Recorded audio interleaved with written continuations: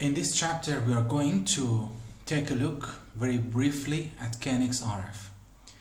So what is the KNX RF? KNX RF allows the wireless transmission of telegrams or packet of data by means of the medium radio frequency. It is therefore not required to install a separate bus cable, so you don't need to install the green cable of KNX. Then KNX RF is in fact very interesting if an existing TP installation has to be extended and no additional cables can be installed due to local building regulation. Okay, so where it is used to extend the TP installation where you cannot do the wiring again, so you use the KNX RF to extend your system. In order to guarantee the correct functioning of KNX RF system, the basic of the RF medium and especially the structure of KNX RF will be related in this chapter. So we take a look at the fundamental of radio frequency transmission in KNX. Okay, first of all we talk about the RF transmission medium. The range of the KNX RF components is indicated as a free field range. The free field range is significantly higher than the achievable distance within a building. Due to the maximum allowed transmission power and the limitation of available energy for the transmission in case of battery operated or battery free devices, the free field range is limited to approximately 100 meters. So free field range for KNX RF is 100 meters. So, and the radio frequency signals are attenuated on their way from the transmitter to the receiver by many factors. So it means it is affected by the disturbances. The real operating range within the building is therefore reduced. KNX RF use 868 MHz. Okay, 868 megahertz frequency band, and you know, for using the smart home, I mean the devices in a smart home around the world, these type of frequencies differ. For example, it's in US it's 920, in China it's 433 megahertz. So it really differ country by country, but this 868 is follow the Europe regulations. The next point is the reflection that is happening in transmission maybe provide the positive reflection, so signal amplified by the reflection, and may provide us the negative reflection. It means signal reversed by the reflections. The next important point is interfering factors due to the structural or other special conditions must be taken into account during the building planning stage. The mounting site for the KNX RF devices must therefore be carefully selected. Under these considerations, if the installation site cannot be freely selected, a good radio connection is achieved in most cases by using KNX RF repeater. So if you think or evaluate your project that maybe you lost the data during the transmission, so you should use the repeater. The repeater is going to amplify these transmission signals. In the case of main operated KNX radio devices, it must be ensured that the main voltage is available at the selected mounting site. The next important thing is transmission technology in KNX RF is based on a single channel solution or multi-channel solution. So first we talk about single channel solution. First of all, you can look at the block diagram of the KNX radio transmission. So the information signal is coming to the transmitter at the modulator side, then it's go to the output stage. Okay, so it's translated to the wireless. So from the wireless, from the antenna to the antenna of the receiver, it's going to be transmitted in a wireless way. Then in a receiver, it is received by the antenna, and it's amplified. And then the part named demulator, it's going to decode the signal to the 0 and 1 as an information signal. Okay, great. So in radio technology, the information to be transmitted is modulated on a carrier. This can be either the amplitude, the frequency, the phase angle, or combination of these manners. This modulated carrier is transmitted to the RF receiver, and the received signal is demulated. The information is recovered from the signal, as I told you in a block diagram. Okay, great. So in the KNX Rf system, the frequency modulation or frequency shift key is used as a modulation process. The logic state 0 and 1 are generated by a slight deviation in the carrier frequency, also called middle frequency. In KNX Rf system, 868 MHz is used as the middle frequency. The transmission rate or bit rate of the information to be transferred is 16,384 bits per second and is modulated according to the Manchester coding. The advantage of Manchester coding is the increased transmission reliability. With this coding, a change in the plus H from 0 to 1 or vice versa is performed in the center of each information bit. So the maximum transmission power here is 25 milliwatts. The radio transmission interval of each device, also called duty cycle, is 1%. Maximum transmission duration of 0.6 seconds per minute. Thanks to the fixed transmission time, it is ensured that there are no individual continuous transmitters, and therefore no continuous interference signal exists that can block the radio channel. So, how about the multi-channel solution? Single channel solution that we talk about it, single channel radio communication can be distributed by other RF systems in the same or neighboring frequency band. In order to counter such a disturbance, there are, besides KNX radio devices with only one channel, KNX Rf Multi-Channel, which can transmit their information over several channels, or exists. These solutions dispose of several fast and slow channels. So it includes fast channel and a slow channel. Maybe in an exam they are going to ask you questions from here. The device can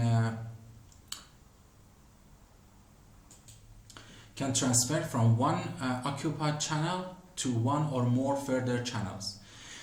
Okay, where we use fast channel? The fast channels are intended for applications such as lighting control, shutter control, which are directly controlled by human beings, and a slow channel are intended for devices which do not have to be in receiving mode continuously. For example, the HVAC control devices. Okay, HVAC control devices, for example, each 30 minutes provide the control value. In this picture, you can see the KNX Rf multi-channel differences and allocated frequency. Okay, you can see the fast channel 1, the frequency between 868 and 868.6, the amplitude you can see it, and fast channel 2, slow channel, and the combination of slow channels. Notice that KNX Rf also checks whether a radio transmission is already ongoing before starting an on transmission. You remember that in the TP we have something similar to these facts. In this way, the number of possible collisions is considerably reduced. So we have the protocol to avoid the collision even in the wireless technology.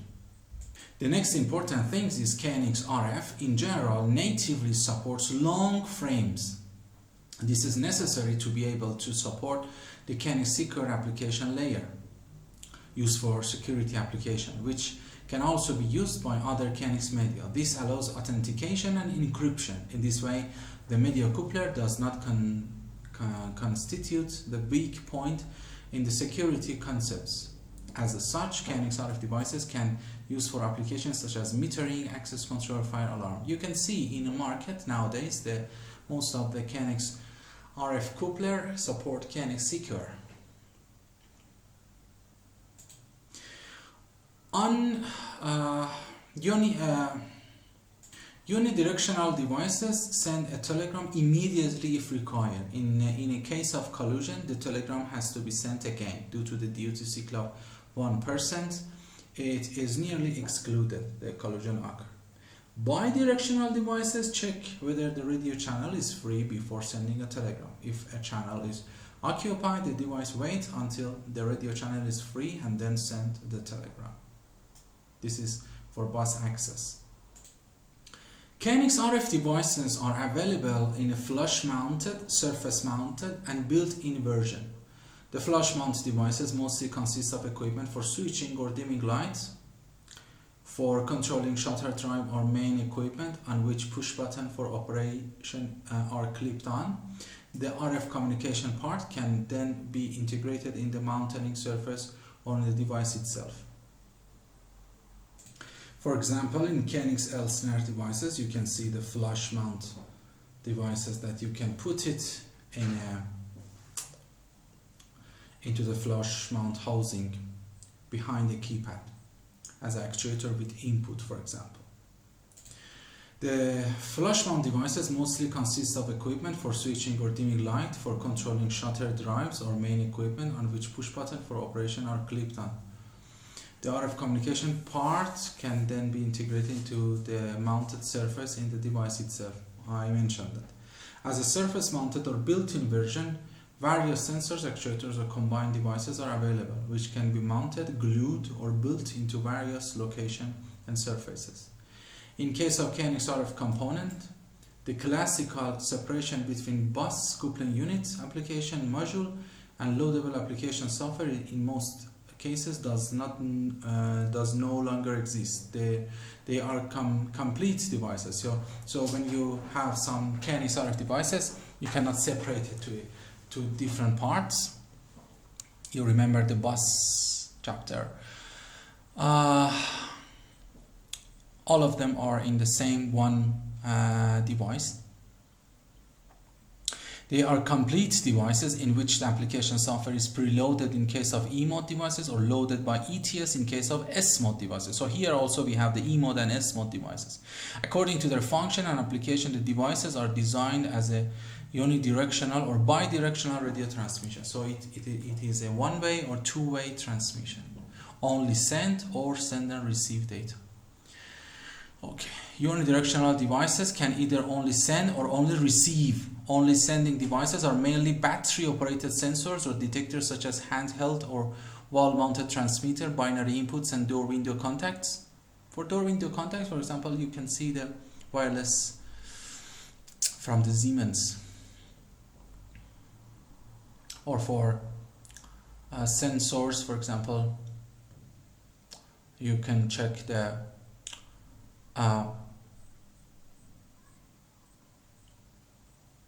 I think MDT devices, maybe they have it. Bidirectional devices can both send and receive. They can sensor actuators at the same time. For sensor actuators, you can check the Elsner Electronic or Teben from Germany for this product. The KNX RF repeater is also a bidirectional device which takes over the automatic routing of RF telegrams in order to increase the RF coverage of an installation. So remember that I already mentioned to using repeater. If you have a long distance or there are lots of disturbances in your building, this can take the form of a standalone unit in wide variety of models, or it can be functionality integrated in a bidirectional actuators. Media couplers are used to connect KNX RF to TP. So it is interesting.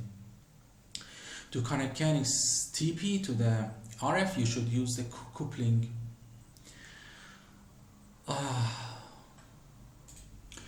Okay, the devices in KNX installation using radio transmission are not subject to any type of hierarchical arrangement. They can practically be installed in any location, and if within radio range, each sensor can communicate with each actuator. As a part of the telegram, each KNX E-mode RF device sends therefore its serial number as a device identifier. KNX Rf S-mode devices sends their domain address as a device identifier. Only the receiver taught in or linked to the transmitter or from part of the same domain will evaluate its telegram. In addition to the necessary separation from adjacent KNX radio installations, the range of the radio signals in building is also limited by structural conditions such as walls, ceiling, and furniture. So if there are some disturbances, it affects the signal transmission. The range can, however, be extended with up to 2 KNX RF repeaters, so that radio signals can also be transferred over several floors.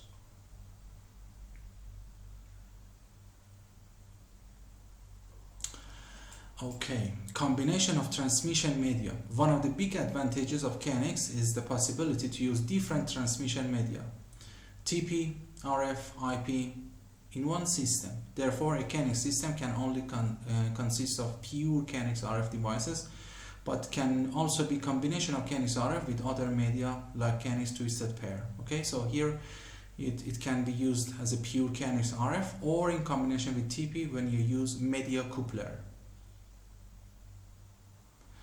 So in Elsner Electronic, the media coupler is this one, KNX RF LCTP media coupler. Okay. The media coupler can be additionally used as a repeater in order to increase the radio range. So it can be used as a repeater also. It depends on the type of the media coupler, how it is defined, which telegrams shall be transferred. This can be made in two different ways, only via ETS. For KNX RF S-mode comparable with the function of line coupler, you can see the media coupler as a line coupler with ETS and via the media coupler TP and RF. In this case, RF E-mode devices which are to be connected are taught into the media coupler via E-mode. The necessary bus specific information is planned in ETS and then downloaded into the media coupler. Okay, about the commissioning. After installation of a KNX RF system, the tests applicable for low voltage installation must be conducted. Commission and programming the functionality in E-mode devices. So first of all, we talk about E-mode. The commissioning of a KNX RF system, it means the connection or teaching of the radio transmitter and receiver can easily be carried out. Usually this is made via the dip switch or push button action in E-mode after the mounting of the device or by the ETS. Both the actuator and associated sensor are put into commission mode and devices are taught in via the sending of a connection telegram. For example, here we want to make a link between the remote and the keypad, I think. So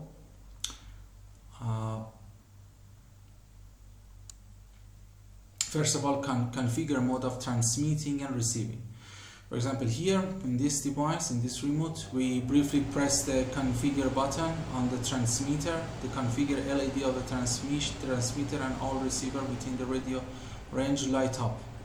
Briefly press the push button on the transmitter, which should activate the function. The configuration LED on the transmission flashes. Transmitter and receiver are configured in configure mode. Two set of function of receiver. Briefly in this device, briefly press FCT button on the receiver until the desired function is displayed. To confirm, hold the FCT button pressed longer than 2 seconds. Finish the configuration. Briefly press the CFG or configuration button on the transmitter again. The configuration LED on the transmission and all receivers go up. So it is really easy between the sensor and actuator. For example, you can press some button, start to flashes, press the button in actuator, and they are learned to each other. It's very easy.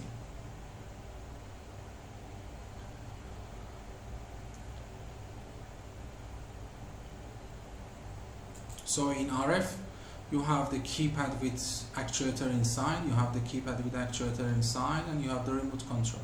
So wirelessly you can communicate with these one to control it, or even if you provide some special scenario, you can communicate between these two keypad, include the actuators.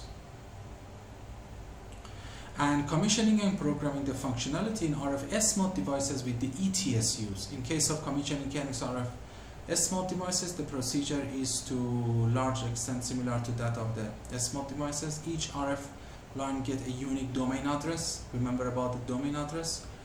The purpose of the domain address is to avoid interference between adjacent KNX RF lines. Therefore, each KNX RF gets an own domain address. Also here in KNX RF, the data interface is available for configuration and commissioning of the KNX RF S-mode devices directly from the PC. Here, KNX RF data interface. Functional test and test report for RF E-mode devices. Okay, the book said about something about the test. In addition to general check of the installation, the functional test of the entire installation must be carried out. All the function and taught-in or configure radio connections between the sensors and actuators must be checked. The sensor must be triggered or pressed, and the correspondence reactions of the actuator must be observed. For warranty reasons, the correct functioning of the installation must be documented and recorded in a test or acceptance report. As the combination between E-mode sensor and E-mode actuators can be changed very easily, and the installation could no longer correspond to the originally ordered version, it is recommended to record the configuration list. So in E-mode devices, maybe somebody can change it or change it in future. So you should record the configuration in a list, and whenever you want, you can refer to that. I hope you enjoy. The company who provides the KNX RF devices, it's Elsner, it's the Devon, MDT, Muller, and some other companies not in my mind. They are producing these products in KNX RF, S-mode and E-mode devices. Also, many companies provide the products that we do not need battery in sensor side, called energy harvesting, and I think there is a nice feature for KNX RF devices in we can see it. Thank you so much for listening to me. I hope this lecture will be fine for you to solve the problem in basic exam. Have a nice day. Thank you. Bye bye.